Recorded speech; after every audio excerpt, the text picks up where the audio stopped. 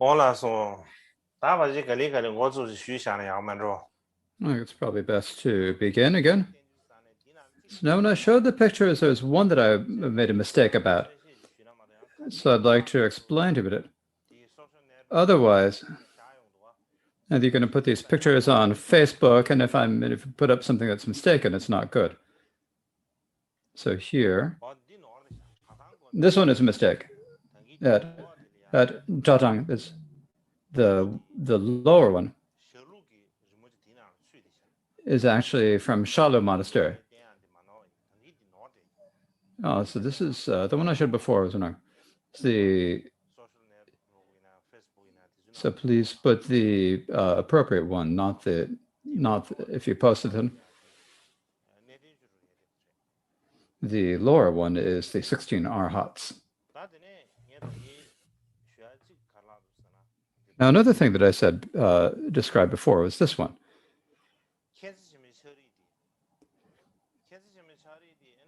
There is the painting by Arya Kshema.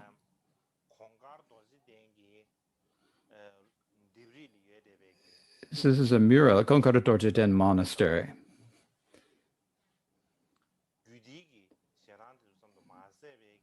He did paintings of the tantras there, but there's also a Drupal Kaiju monastery called Jalingpo, and there is a list of the lineage figures of the Drupal Kaiju lineage.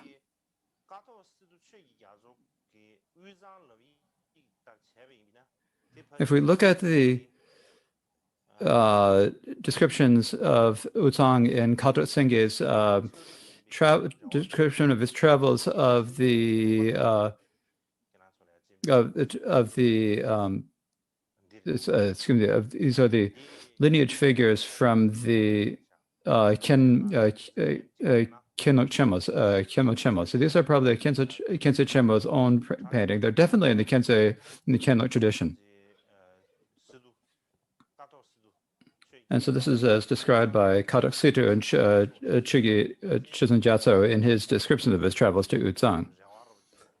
So I think we can have some hope that these were written by Kensei Chenmo himself.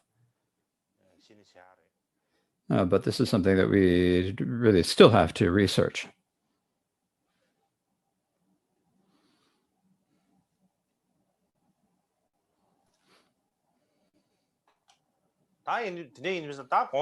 So before I was speaking about Gelong Rijin Ducho,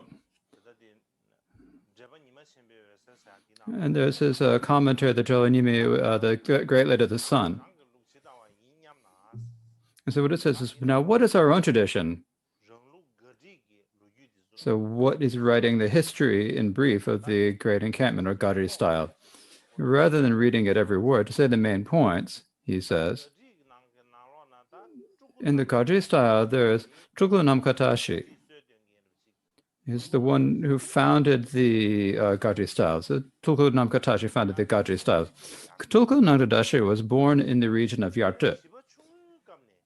When he was a young child, Mikyo Dorje said that he was his own emanations.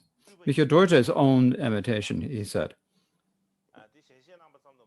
And not only did he say that he was his emanation, someone who performed the activity of his body, and so that he would have the intention of engaging in artistic activity. And that is why he recognized him as emanation. And he put him under the direction of Shema Kunju Yenlak. So the one who gave him the direction was Shema Kunju Yenlak. And also from there is a fortunate Easterner called Kunchuk Pende. He was from the region of A. This region of A, there are many artists who came from that region, particularly many painters.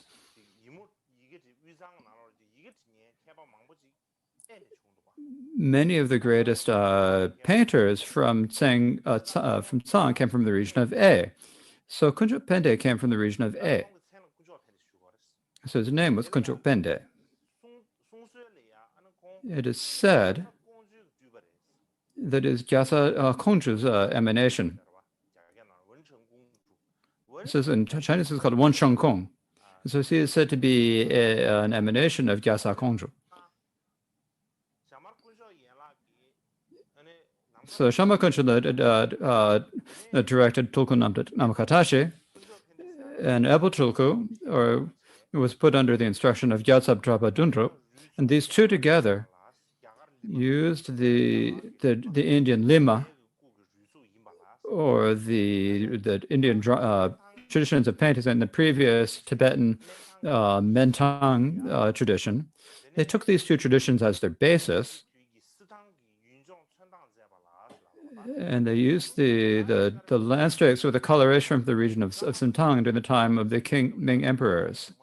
Now, during the time of the fifth Karmapa, Deshin Shekpa, the Chinese Emperor Yongle, there are many, and at that time there were all the wondrous events, and at that time these were drawn in paintings. And there are two copies of this painting. One was kept by the emperor himself, and was given to the to the Karmapa, and that was given to the monastery of Tsurpo, and that is still extant today. And that shows the Ming, and so they used these style of painting from China, and they used that to make this particular Gaudi style of painting. Likewise, there's an expert sculptor, not just painting, but a sculptor who was called Kamasider, was called Crazy Go. And so this name was this is sculptor from Paul Boa, who was a student of Kamasider or Crazy Go. And Paul Boa was also said to be an emanation of Eighth Karmapa. So this is a tradition of sculpture. And so there are many other people called Karma Rinchen and other people who are expert in this style. But at the time of Kelen Rinchen Choktrub, this style of sculpting had already disappeared. And so there's not a lot that at that time, there was not a lot of it left to be seen. So if we look at this historical document of his, we see that the Kamargaji style of painting,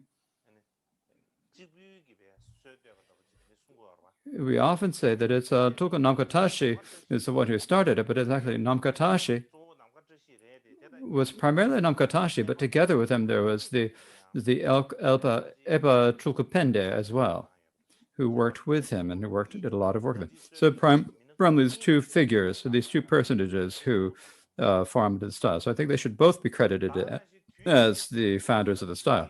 And in later times, in modern times, this main source that people use as a source on the Kamargadi style is the description about the sources is the Treasure of Knowledge by Chamakanta Lodotai. What he says is there's the Tulku Tashi from Yartu. Mikyo Dorji said he was his own emanation, would propagate his artistic activity. With instruction from the Kuncha Yanak and Jata Panjadunda, the fortunate Easterner Kuncha Bende from A studied the Mendel style from Gyamo Sakondra's emanation. Using the proportions from the Indian Lima and Mentang traditions as a basis, and drawing landscapes with the coloration like the Sitang from the time of the Ming emperors, this became known as the Gaji style. So this is what is most commonly said.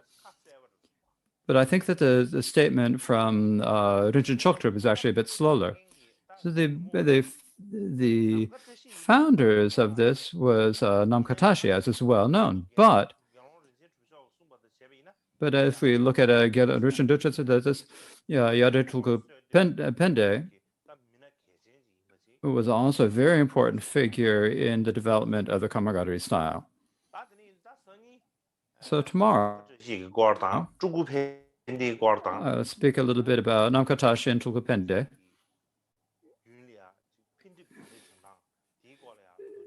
And the development and decline of the Gadri style. Actually, today we haven't had a lot of time. So for one perspective, or from one aspect, I haven't had a lot of time to do research, and I haven't got a lot of time to speak. And so today I've only been able to speak about this in brief, but next year, I hope that I can speak in more detail about the topic of the Gadri style. These days, of course, there are many people who paint in the Gadri style in Tibet. However, but most of them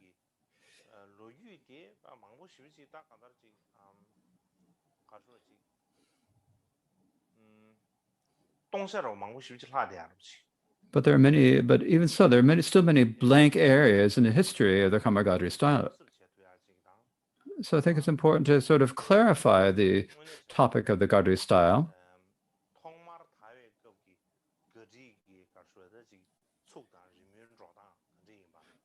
And identify what was the original Kadrigata style of painting and proportions and so forth.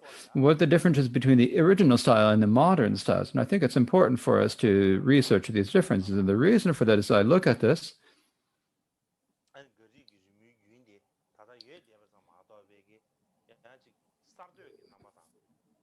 the Kadri style is still present, of course, but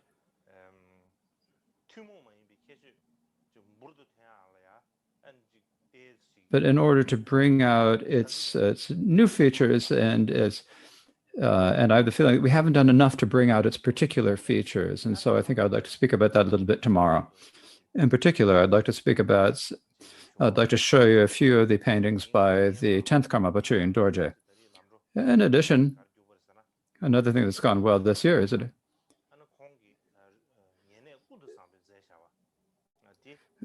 there is I recently received a biography of the Karma Pachu in Dorje by his own attendant. And so this has a very long explanations of the artistic activities of Karma Pachu in Dorje. And so I'd like to introduce that to you. But I don't know if there's not a whole lot of time, so I won't be able to say everything tomorrow. And in particular tomorrow, we have the texture. And I've decided yesterday I've decided what we'll do about I thought we would do the Gurutso, now if you might think that we're doing the Gurutso, but actually we won't do such a long one. The first person to start the Ocean of Songs, the Rain of Wisdom Sa, this is started by Mikyo Dorje. And so he started the framework for the Gurutso. This is written by Song. So the framework we'll take the framework written by Mikyo Dorje and then include within the songs by Marpa, Milarepa, and Gampopa. But we don't need to recite the other songs, and that's what we will do tomorrow. And I don't have the shata hat to wear. And so the main person to recite it will be the Palmuchade from Bhutan. And so because we're doing it over the internet, I think it's best if we actually record it first, because otherwise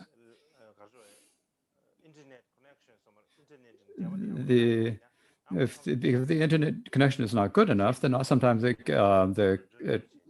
connection gets broken, and so it's best to record it, and then we can recite along with it. And so that is how it is.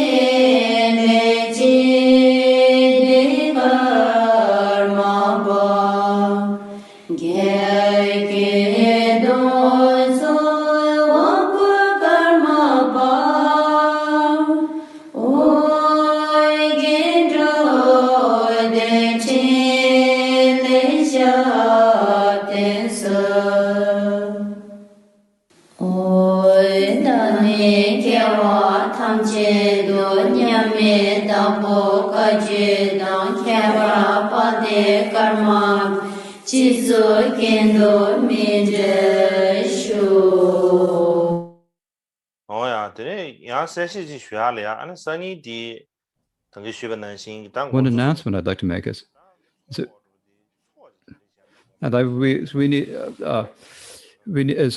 good if everyone in Flamanum says prepare a feast offering, a Gana Chakra offering tomorrow. If you do that as usual, it's not easy to do that when we normally do the offering. So we'll just recite the fruit of the 100 flavors and so forth, and wearing the hats. The only ones who need to wear the hats are the ones from the Palmachude. But if all the monasteries and nunneries can prepare some Ganachakra offering, since we've had now a month of talking about this month-long teaching on Mikadorje, so tomorrow I'll be able to offer them as an offering of accomplishment to I'll make them practice offering to the great master, so you can prepare an offering of fruit or so forth.